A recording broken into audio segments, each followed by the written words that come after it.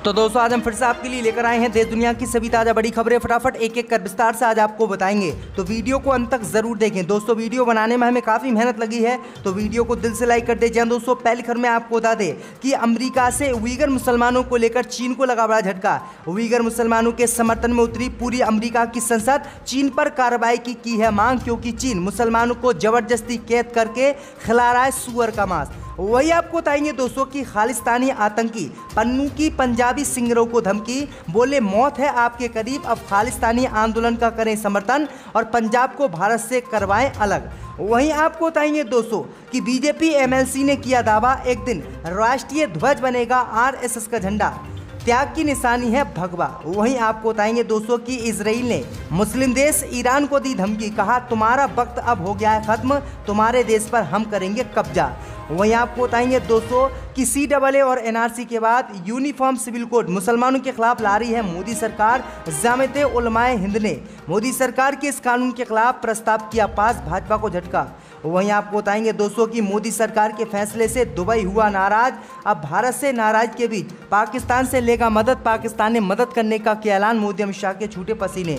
तो दोस्तों सभी खबरों को आपको एक एक कर बताने वाले हैं, वीडियो को लाइक कर चैनल को सब्सक्राइब कर दें और हमें कमेंट में बताएं कि आप किस जिले किस राज्य से हमारी खबरों को देख रहे हैं। इसी बीच पर तो दोस्तों अगली खबर की ओर, तो उइगर मुसलमानों को लेकर अमेरिका से मोदी सरकार को लगा बड़ा झटका। उइगर मुसलमानों के समर्थन में उतरी अमेरिकी संसद, चीन पर लेगा प्रतिबंध। दोस्तों आपको बता दें ये बड़ी खबर सामने निकल कर आई दोस्तों कि चीन सिंजियांग प्रांत में बसने वाले उइगर मुसलमानों पर लगातार अत्याचार कर रहा है, उन्हें जबरदस्ती जेल में डालकर सुअर का मांस खिलाकर इस्लाम धर्म छोड़ने के लिए कह रहा है और उन्हें नास्तिक बना रहा है। भैया आपको बता दें कि बीते दिनों कुछ ऐसी भी रिपोर्ट आई थी कि चीन सिंजियांग प्रांत में मस्जिदों को तोड़वाकर मस्जिदों की जगह टॉयलेट और बाथरूम बनवा रहा है, लेकिन आपको बता दें कि दुनिया भर के देशों ने चीन पर इसी मामले को लेकर कार्रवाई की मांग की थी, लेकिन आपको बता दें कि अमेरिका लगातार चीन को धमकी ही देता रहा। लेकिन आपको बता दें कि अब खबर सामने निकल कर आई दोस्तों कि अमेरिकी संसद में उइगर मुसलमानों के कार्यकर्ताओं ने चीन के खिलाफ प्रदर्शन किया, जिसके बाद अमेरिकी संसद ने माना है कि हम जल्दी चीन पर मुसलमानों को लेकर कार्रवाई करेंगे और उइगर मुसलमानों को जेल से छुड़वाएंगे। तो ये बड़ी अपडेट आई दोस्तों कि उइगर मुसलमानों के समर्थन में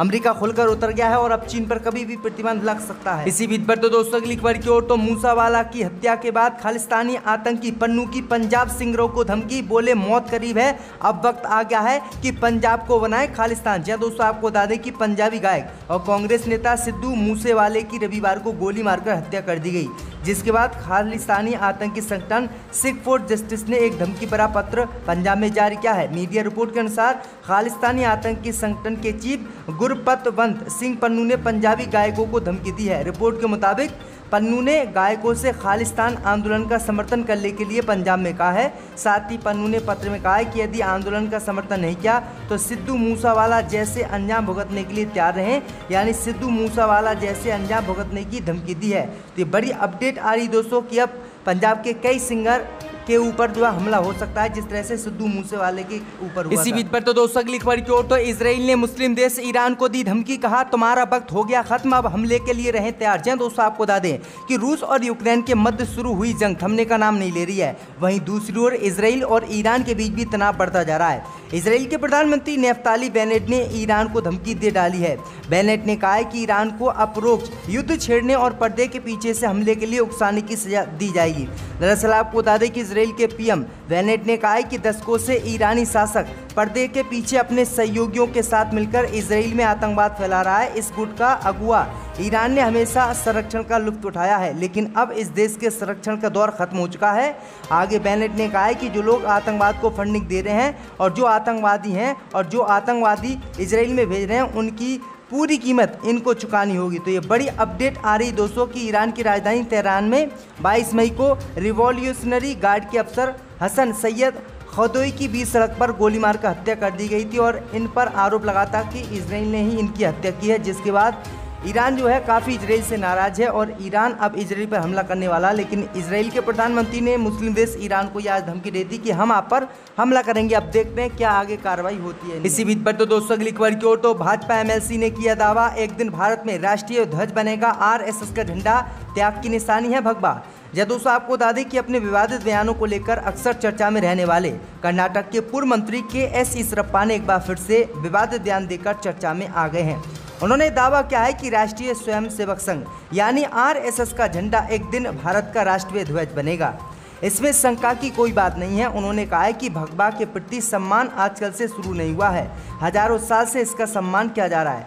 उन्होंने कहा है कि राष्ट्रीय स्वयंसेवक संघ भारत के लिए राष्ट्रीय एक संगठन है और एक दिन आने वाले समय में आरएसएस का झंडा जो भगवा झंडा है वही भारत का राष्ट्रीय ध्वज बनेगा और जो तिरंगा है वो राष्ट्रीय ध्वज नहीं है। तो ये बड़ी अपडेट आ रही है, लेकिन अब इन पर कोई कार्रवाई ना तो बीजेपी करेगी और ना ही इस देश के अंधभक्त। इसी बीच बढ़ते दोस्तों अगली खबर की ओर तो असदुद्दीन ओवैसी बोले, आज तक अब्दुल बनाता था पंचर, अब मुसलमान देखे सपने। जी दोस्तों, आपको बता दें कि एआईएमएम के चीफ असदुद्दीन ओवैसी ने कहा है कि यदि अब्दुल अब तक पंचर बनाता था तो अब अब्दुल का बेटा एपीजे अब्दुल कलाम जैसे वैज्ञानिक बनेंगे। उन्होंने गुजरात के मंगलौर में आयोजित एक जनसभा के दौरान ये बातें कही हैं। असदुद्दीन ओवैसी ने कहा कि भाजपा और आरएसएस के लोग लगातार मुसलमानों का नाम लेकर तंज कसते रहते हैं कि अब्दुल पंचर बनाने वाला है। इसके साथ ही ओवैसी ने वहां मौजूद लोगों से भी पूछा कि ऐसा बोला जाता है कि ना। इसके बाद ओवैसी ने कहा कि अब हम उनको बताएंगे कि अब्दुल आज तक पंचर बनाता था, मगर अब्दुल का बेटा एपीजे अब्दुल कलाम जैसा वैज्ञानिक बनेगा इंशाल्लाह। ओवैसी ने कहा कि अब अब्दुल का बेटा पंचर नहीं बनाएगा, बल्कि वह साइकिल की पूरी फैक्ट्री ही खोलेगा। हैदराबाद से सांसद असदुद्दीन ओवैसी ने कहा कि ये उनका सपना है, कल तक जो पंचर बनाते थे उनके बेटे पंचर ना बनाए, ये उनका प्रयास है। उन्होंने कहा कि चुनाव लड़ो और जीतो ताकि कोई अब्दुल पंचर ना बनाए। उन्होंने कहा कि अब्दुल तो पंचर बना चुका, मगर अब किसी अब्दुल का बेटा सड़क पर नहीं बैठेगा। उन्होंने कहा कि अब्दुल तो फल बेचता था, मगर उसका बेटा ऐसा नहीं करेगा। तो ये बड़ी अपडेट आ रही है। असदुद्दीन ओवैसी ने ये बड़ी बातें और काफ़ी मोटिवेशन मुसलमानों को आज दिया है। इसी बीच बढ़ते दोस्तों अगली खबर की ओर तो कांग्रेस नेता सिद्धरामैया ने संघ पर उठाए गंभीर सवाल, कहा आरएसएस के लिए हिंदू होने का मतलब बीजेपी का सदस्य होना। दोस्तों आपको बता दें कि कर्नाटक के पूर्व मुख्यमंत्री सिद्धरामैया ने आरएसएस पर अपने आरन ताने को और आगे बढ़ाते हुए उनके असली हिंदू होने के दावे पर सवाल उठाए हैं। कर्नाटक के मुख्यमंत्री सिद्धरामैया ने शनिवार को संघ परिवार के सभी हिंदुओं का प्रतिनिधित्व करने के दावे पर सवाल उठाया है और कहा है कि वो सिर्फ जबकि राजनीतिक रूप से भाजपा का समर्थन करते हैं। सिद्धरामैया ने आरएसएस और भाजपा द्वारा हिंदुओं की परिभाषा पर सवाल उठाया और कहा कि आरएसएस के अनुसार किसी को हिंदू के रूप में कैसे पहचाना जाता है? क्या हिंदू माता पिता के लिए पैदा होना काफ़ी है या किसी को भाजपा का सदस्य होना काफ़ी है? उन्होंने कहा है कि आरएसएस जो हिंदू होने का दावा करती है वो हिंदू नहीं बल्कि बीजेपी की सदस्य है और जो भी आरएसएस का हिंदू है वो बीजेपी का कार्यकर्ता है। इसी बीच पर तो दोस्तों अगली खबर की ओर तो विधानसभा में ओम प्रकाश राजभर ने उठाया जातिगत जनगणना का मुद्दा, योगी सरकार पर उठाए सवाल। दोस्तों आपको बता दें कि उत्तर प्रदेश विधानसभा के बजट सत्र में 18वीं विधानसभा की कार्रवाई में बजट पर चर्चा हो रही है। इस दौरान सोहेलदेव भारतीय समाज पार्टी के अध्यक्ष बीजेपी पर निशाना साधा और जातीय जनगणना की मांग की। ओपी राजभर ने कहा है कि बजट में महंगाई से निपटने का कोई इंतजाम नहीं किया गया है और न ही इसको लेकर बजट का आवंटन किया गया है। साथ ही कहा है कि योगी सरकार पिछड़ी जाति के बच्चों की छात्रवृत्ति रोकने का काम कर रही है, उनका हक किसी और को दिया जा रहा है। राजभर ने कहा है कि हाईकोर्ट के आदेश के बाद भी कोई भी हमारी नहीं सुनना है। उन्होंने कहा है कि ना तो उन्हें छात्रवृत्ति दी जा रही है और ना ही कुछ और। इसी बीच पर तो दोस्तों अगली खबर की ओर तो मोदी सरकार के फैसले से नाराज हुआ दुबई, अब पाकिस्तान से लेगा मदद, मोदी को झटका। दोस्तों आपको बता दें कि रूस यूक्रेन युद्ध के बाद से ही गेहूं की कमी से जूझ रही दुनिया को उस वक्त एक बड़ा झटका लगा जब 14 मई को मोदी सरकार की तरफ से गेहूं निर्यात पर प्रतिबंधों का ऐलान किया गया। भारत में हीट वेव के कारण गेहूं उत्पाद कम होने की आशंका है, जिससे घरेलू बाजार में कीमतें बढ़ गईं। इसे देखते हुए भारत ने गेहूं निर्यात पर प्रतिबंध लगा दिया। भारतीय गेहूं का प्रमुख खरीदार संयुक्त अरब अमीरात भी इस प्रतिबंध से परेशान है, क्योंकि देश में आटे की कीमतों में भारी बढ़ोतरी हो रही है। यूएई के स्थानीय उद्योग के व्यापारियों का कहना है कि दुनिया के दो प्रमुख गेहूं उत्पादक यूक्रेन और रूस में युद्ध के कारण यूएई में इस साल गेहूं की कीमतों में लगभग 10 से 15% जो है बढ़ोतरी हुई है।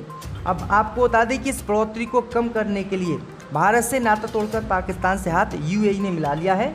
अब यूएई पाकिस्तान से गेहूं खरीदेगा और जो भारत से आपूर्ति पूरी करता था उसको पूरी करेगा। तो ये बड़ी अपडेट। इसी बीच पर तो दोस्तों अगली खबर की ओर तो देवकीनंदन ठाकुर ने किया ऐलान, कहा जैसे मक्का नहीं बदला जा सकता वैसे ही काशी नहीं बदला जाएगा। दोस्तों आपको बता दें कि प्रसिद्ध कथावाचक देवकीनंदन ठाकुर ने इंडिया टीवी संवाद सम्मेलन के मंच पर ज्ञानवापी मुद्दे पर बयान दिया। उन्होंने कहा कि ज्ञानवापी मंदिर को लेकर हमारे पुराणों में इतने प्रमाण हैं कि लोग जितने चाहें हम उतने प्रमाण दे सकते हैं। ये देश ना शरीयत से चलेगा और ना सनातन से चलेगा, ये देश संविधान से चलेगा। ये बातें उन्होंने कही हैं।